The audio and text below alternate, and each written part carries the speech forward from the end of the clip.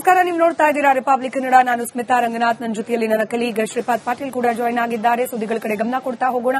Maharashtra DCM Ajit Pawar ದಾರುಣ ಅಂತ್ಯ. ವಿಮಾನ ಪತನ ಆಗಿ ಇವತ್ತು ಬೆಳಗ್ಗೆ 8:46ರ ಸುಮಾರಿಗೆ ಅಜಿತ್ ಪವಾರ್ ಸೇರಿದಂತೆ ವಿಮಾನದಲ್ಲಿದ್ದ ಅಷ್ಟೂ ಮಂದಿ ಸಾವನ್ನಪ್ಪಿದ್ದಾರೆ. ಇನ್ನು ಇದೇ ವಿಚಾರಕ್ಕೆ ಸಂಬಂಧಪಟ್ಟಂತೆ ಅಂದ್ರೆ ಪ್ರೈವೇಟ್ ಜೆಟ್, ಆ ಜೆಟ್ನ ಪತನಕ್ಕೆ ಸಂಬಂಧಪಟ್ಟಂತೆ ರಿಪಬ್ಲಿಕ್ ಕನ್ನಡಕ್ಕೆ ಎಕ್ಸ್ಕ್ಲೂಸಿವ್ ದೃಶ್ಯಗಳು ಹಾಗೆ ಮಾಹಿತಿಗಳು ಲಭ್ಯವಾಗ್ತಾ ಇದೆ. ಮಹಾರಾಷ್ಟ್ರದ ಬಾರಾಮತಿ ಸಮೀಪ ಸಂಭವಿಸಿರುವ ಭೀಕರ ದುರಂತ ಇದು. ಬಾರಾಮತಿಯಲ್ಲಿ ಚುನಾವಣಾ ಪ್ರಚಾರ ಸಮಾವೇಶವೊಂದರಲ್ಲಿ ಭಾಗಿಯಾಗುವ ಸಲುವಾಗಿ ಮಹಾರಾಷ್ಟ್ರದ ಉಪಮುಖ್ಯಮಂತ್ರಿಗಳಾದ ಅಜಿತ್ ಪವಾರ್ ಅವರು ಪ್ರಯಾಣವನ್ನ ಬೆಳೆಸ್ತಾ ಇದ್ರು. ಇವತ್ತು ಇನ್ನೇನ್ ಲ್ಯಾಂಡ್ ಆಗಬೇಕಿತ್ತು ಆ ಪ್ರೈವೇಟ್ ಜೆಟ್, ಆದ್ರೆ ರನ್ವೇ ಸ್ಪಷ್ಟವಾಗಿ ಕಾಣದ ಫಲವಾಗಿ ನೆಲಕ್ಕೆ ಅಪ್ಪಳಿಸಿದೆ. ವಿಮಾನ ಪತನದ ಸಿಸಿಟಿವಿ ದೃಶ್ಯ ರಿಪಬ್ಲಿಕ್ ಕನ್ನಡಕ್ಕೆ ಲಭ್ಯವಾಗಿದೆ. ರಿಪಬ್ಲಿಕ್ ಮೀಡಿಯಾ ನೆಟ್ವರ್ಕ್ನ ಎಕ್ಸ್ಕ್ಲೂಸಿವ್ ದೃಶ್ಯವನ್ನ ನೀವು ಗಮನಿಸ್ತಾ ಇದ್ದೀರಿ. ವಿಮಾನ ಪತನವಾಗಲಿಕ್ಕೂ ಮುಂಚೆ 2 ಬಾರಿ ಲ್ಯಾಂಡಿಂಗ್ಗೆ ಪ್ರಯತ್ನ ನಡೆದಿದೆ.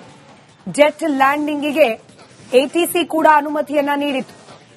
ಆದರೆ ಲ್ಯಾಂಡಿಂಗ್ ಸಂದರ್ಭದಲ್ಲಿ ಆದಂತಹ ಕೆಲವೊಂದಷ್ಟು ತಾಂತ್ರಿಕ ತೊಂದರೆಗಳು ಈ ಅವಘಡಕ್ಕೆ ಕಾರಣವಾಗಿದೆ ಅನ್ನೋ ಮಾಹಿತಿ ಸದ್ಯಕ್ಕೆ ಲಭ್ಯ ಆಗಿರೋದು.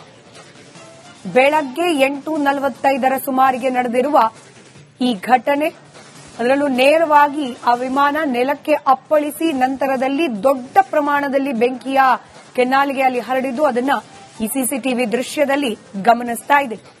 ಮುಂಬೈನಿಂದ ಸರಿಸುಮಾರು 8:10ರ ವೇಳೆಗೆ ಹೊರಟಿದೆ ಈ ವಿಮಾನ. ಬಾರಾಮತಿಯನ್ನು ತಲುಪಿದೆ ಕೂಡ. ರನ್ವೇ ನಂಬರ್ 27ರಲ್ಲಿ ಲ್ಯಾಂಡಿಂಗ್ಗೆ ಎಟಿಸಿಯಿಂದ ಗ್ರೀನ್ ಸಿಗ್ನಲ್ ಕೂಡ ಸಿಕ್ಕಿದೆ. ಮೊದಲು ಲ್ಯಾಂಡ್ ಮಾಡುವ ಪ್ರಯತ್ನ ವಿಫಲವಾಗಿದೆ. 2ನೇ ಬಾರಿ ಪ್ರಯತ್ನ ಮಾಡುವ ಸಂದರ್ಭದಲ್ಲಿ ಈ ಅವಘಡ ಸಂಭವಿಸಿದೆ.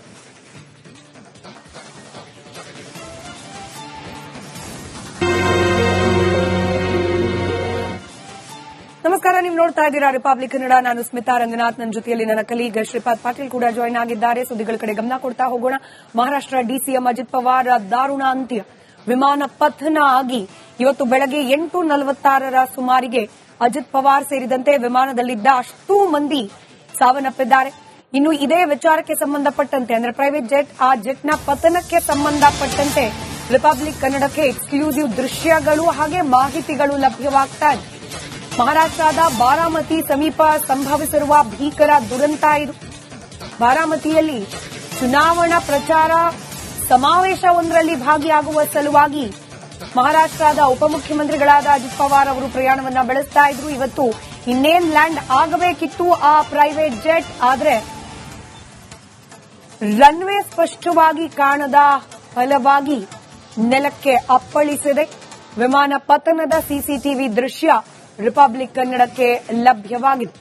ರಿಪಬ್ಲಿಕ್ ಮೀಡಿಯಾ ನೆಟ್ವರ್ಕ್ನ ಎಕ್ಸ್ಕ್ಲೂಸಿವ್ ದೃಶ್ಯವನ್ನ ನೀವು ಗಮನಿಸ್ತಾ ಇದ್ದೀರಿ. ವಿಮಾನ ಪತನವಾಗಲಿಕ್ಕೂ ಮುಂಚೆ 2 ಬಾರಿ ಲ್ಯಾಂಡಿಂಗ್ಗೆ ಪ್ರಯತ್ನ ನಡೆದಿದೆ. ಜೆಟ್ ಲ್ಯಾಂಡಿಂಗ್ಗೆ ಎಟಿಸಿ ಕೂಡ ಅನುಮತಿಯನ್ನ ನೀಡಿತು. ಆದರೆ ಲ್ಯಾಂಡಿಂಗ್ ಸಂದರ್ಭದಲ್ಲಿ ಆದಂತಹ ಕೆಲವೊಂದಷ್ಟು ತಾಂತ್ರಿಕ ತೊಂದರೆಗಳು ಈ ಅವಘಡಕ್ಕೆ ಕಾರಣವಾಗಿದೆ ಅನ್ನೋ ಮಾಹಿತಿ ಸದ್ಯಕ್ಕೆ ಲಭ್ಯ ಆಗಿರೋದು. ಬೆಳಗ್ಗೆ 8:45ರ ಸುಮಾರಿಗೆ ನಡೆದಿರುವ ಈ ಘಟನೆ, ಅದರಲ್ಲೂ ನೇರವಾಗಿ ಆ ವಿಮಾನ ನೆಲಕ್ಕೆ ಅಪ್ಪಳಿಸಿ ನಂತರದಲ್ಲಿ ದೊಡ್ಡ ಪ್ರಮಾಣದಲ್ಲಿ ಬೆಂಕಿಯ ಕೆನ್ನಾಲಿಗೆ ಅಲ್ಲಿ ಹರಡಿದ್ದು ಅದನ್ನ ಈ ಸಿಸಿಟಿವಿ ದೃಶ್ಯದಲ್ಲಿ ಗಮನಿಸ್ತಾ ಇದೆ. ಮುಂಬೈನಿಂದ ಸರಿಸುಮಾರು 8:10ರ ವೇಳೆಗೆ ಹೊರಟಿದೆ ಈ ವಿಮಾನ. ಬಾರಾಮತಿಯನ್ನು ತಲುಪಿದೆ ಕೂಡ. ರನ್ವೇ ನಂಬರ್ 27ರಲ್ಲಿ ಲ್ಯಾಂಡಿಂಗ್ಗೆ ಎಟಿಸಿಯಿಂದ ಗ್ರೀನ್ ಸಿಗ್ನಲ್ ಕೂಡ ಸಿಕ್ಕಿದೆ. ಮೊದಲು ಲ್ಯಾಂಡ್ ಮಾಡುವ ಪ್ರಯತ್ನ ವಿಫಲವಾಗಿದೆ. 2ನೇ ಬಾರಿ ಪ್ರಯತ್ನ ಮಾಡುವ ಸಂದರ್ಭದಲ್ಲಿ ಈ ಅವಘಡ ಸಂಭವಿಸಿದೆ.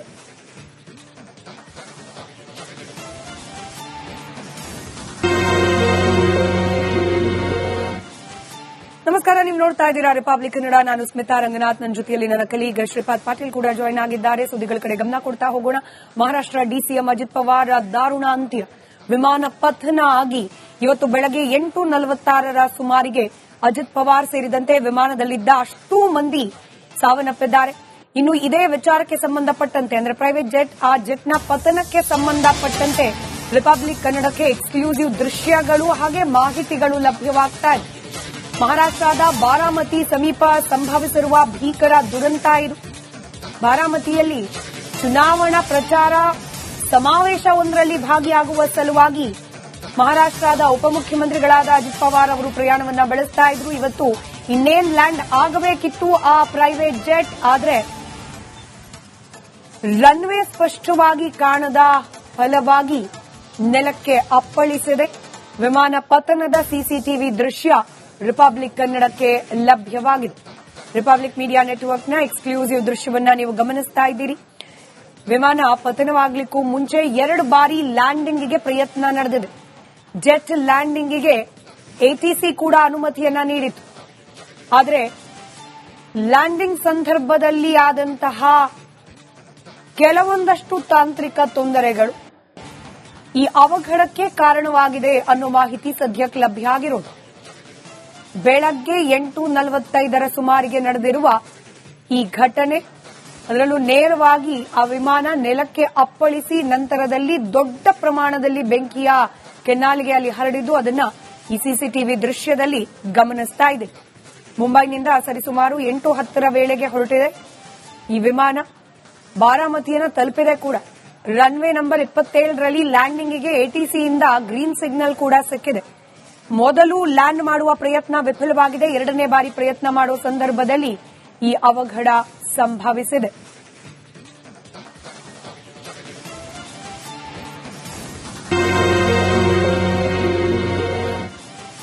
ನಮಸ್ಕಾರ, ನೀವು ನೋಡ್ತಾ ಇದ್ದೀರಾ ರಿಪಬ್ಲಿಕ್ ಕನ್ನಡ. ನಾನು ಸ್ಮಿತಾ ರಂಗನಾಥ್. ನನ್ನ ಜೊತೆಯಲ್ಲಿ ನನ್ನ ಕಲೀಗ್ ಶ್ರೀಪಾದ್ ಪಾಟೀಲ್ ಕೂಡ ಜಾಯ್ನ್ ಆಗಿದ್ದಾರೆ. ಸುದ್ದಿಗಳ ಕಡೆ ಗಮನ ಕೊಡ್ತಾ ಹೋಗೋಣ. ಮಹಾರಾಷ್ಟ್ರ ಡಿಸಿಎಂ ಅಜಿತ್ ಪವಾರ್ ದಾರುಣ ಅಂತ್ಯ. ವಿಮಾನ ಪತನ ಆಗಿ ಇವತ್ತು ಬೆಳಗ್ಗೆ 8:46 ಸುಮಾರಿಗೆ ಅಜಿತ್ ಪವಾರ್ ಸೇರಿದಂತೆ ವಿಮಾನದಲ್ಲಿದ್ದ ಅಷ್ಟೂ ಮಂದಿ ಸಾವನ್ನಪ್ಪಿದ್ದಾರೆ. ಇನ್ನು ಇದೇ ವಿಚಾರಕ್ಕೆ ಸಂಬಂಧಪಟ್ಟಂತೆ, ಅಂದ್ರೆ ಪ್ರೈವೇಟ್ ಜೆಟ್, ಆ ಜೆಟ್ನ ಪತನಕ್ಕೆ ಸಂಬಂಧಪಟ್ಟಂತೆ ರಿಪಬ್ಲಿಕ್ ಕನ್ನಡಕ್ಕೆ ಎಕ್ಸ್ಕ್ಲೂಸಿವ್ ದೃಶ್ಯಗಳು ಹಾಗೆ ಮಾಹಿತಿಗಳು ಲಭ್ಯವಾಗ್ತಾ ಇದೆ. ಮಹಾರಾಷ್ಟ್ರದ ಬಾರಾಮತಿ ಸಮೀಪ ಸಂಭವಿಸಿರುವ ಭೀಕರ ದುರಂತ ಇದು. ಬಾರಾಮತಿಯಲ್ಲಿ ಚುನಾವಣಾ ಪ್ರಚಾರ ಸಮಾವೇಶವೊಂದರಲ್ಲಿ ಭಾಗಿಯಾಗುವ ಸಲುವಾಗಿ ಮಹಾರಾಷ್ಟ್ರದ ಉಪಮುಖ್ಯಮಂತ್ರಿಗಳಾದ ಅಜಿತ್ ಪವಾರ್ ಅವರು ಪ್ರಯಾಣವನ್ನ ಬೆಳೆಸ್ತಾ ಇದ್ರು. ಇವತ್ತು ಇನ್ನೇನ್ ಲ್ಯಾಂಡ್ ಆಗಬೇಕಿತ್ತು ಆ ಪ್ರೈವೇಟ್ ಜೆಟ್, ಆದ್ರೆ ರನ್ವೇ ಸ್ಪಷ್ಟವಾಗಿ ಕಾಣದ ಫಲವಾಗಿ ನೆಲಕ್ಕೆ ಅಪ್ಪಳಿಸಿದೆ. ವಿಮಾನ ಪತನದ ಸಿಸಿಟಿವಿ ದೃಶ್ಯ ರಿಪಬ್ಲಿಕ್ ಕನ್ನಡಕ್ಕೆ ಲಭ್ಯವಾಗಿದೆ. ರಿಪಬ್ಲಿಕ್ ಮೀಡಿಯಾ ನೆಟ್ವರ್ಕ್ನ ಎಕ್ಸ್ಕ್ಲೂಸಿವ್ ದೃಶ್ಯವನ್ನ ನೀವು ಗಮನಿಸ್ತಾ ಇದ್ದೀರಿ. ವಿಮಾನ ಪತನವಾಗಲಿಕ್ಕೂ ಮುಂಚೆ 2 ಬಾರಿ ಲ್ಯಾಂಡಿಂಗ್ಗೆ ಪ್ರಯತ್ನ ನಡೆದಿದೆ. ಜೆಟ್ ಲ್ಯಾಂಡಿಂಗ್ಗೆ ಎಟಿಸಿ ಕೂಡ ಅನುಮತಿಯನ್ನ ನೀಡಿತು. ಆದರೆ ಲ್ಯಾಂಡಿಂಗ್ ಸಂದರ್ಭದಲ್ಲಿ ಆದಂತಹ ಕೆಲವೊಂದಷ್ಟು ತಾಂತ್ರಿಕ ತೊಂದರೆಗಳು ಈ ಅವಘಡಕ್ಕೆ ಕಾರಣವಾಗಿದೆ ಅನ್ನೋ ಮಾಹಿತಿ ಸದ್ಯಕ್ಕೆ ಲಭ್ಯ ಆಗಿರೋದು. ಬೆಳಗ್ಗೆ 8:45 ಸುಮಾರಿಗೆ ನಡೆದಿರುವ ಈ ಘಟನೆ, ಅದರಲ್ಲೂ ನೇರವಾಗಿ ಆ ವಿಮಾನ ನೆಲಕ್ಕೆ ಅಪ್ಪಳಿಸಿ ನಂತರದಲ್ಲಿ ದೊಡ್ಡ ಪ್ರಮಾಣದಲ್ಲಿ ಬೆಂಕಿಯ ಕೆನ್ನಾಲಿಗೆ ಅಲ್ಲಿ ಹರಡಿದ್ದು ಅದನ್ನ ಈ ಸಿಸಿಟಿವಿ ದೃಶ್ಯದಲ್ಲಿ ಗಮನಿಸ್ತಾ ಇದೆ. ಮುಂಬೈನಿಂದ ಸರಿಸುಮಾರು 8:10 ವೇಳೆಗೆ ಹೊರಟಿದೆ ಈ ವಿಮಾನ. ಬಾರಾಮತಿಯನ್ನು ತಲುಪಿದೆ ಕೂಡ. ರನ್ವೇ ನಂಬರ್ 27ರಲ್ಲಿ ಲ್ಯಾಂಡಿಂಗ್ಗೆ ಎಟಿಸಿಯಿಂದ ಗ್ರೀನ್ ಸಿಗ್ನಲ್ ಕೂಡ ಸಿಕ್ಕಿದೆ. ಮೊದಲು ಲ್ಯಾಂಡ್ ಮಾಡುವ ಪ್ರಯತ್ನ ವಿಫಲವಾಗಿದೆ. 2ನೇ ಬಾರಿ ಪ್ರಯತ್ನ ಮಾಡುವ ಸಂದರ್ಭದಲ್ಲಿ ಈ ಅವಘಡ ಸಂಭವಿಸಿದೆ.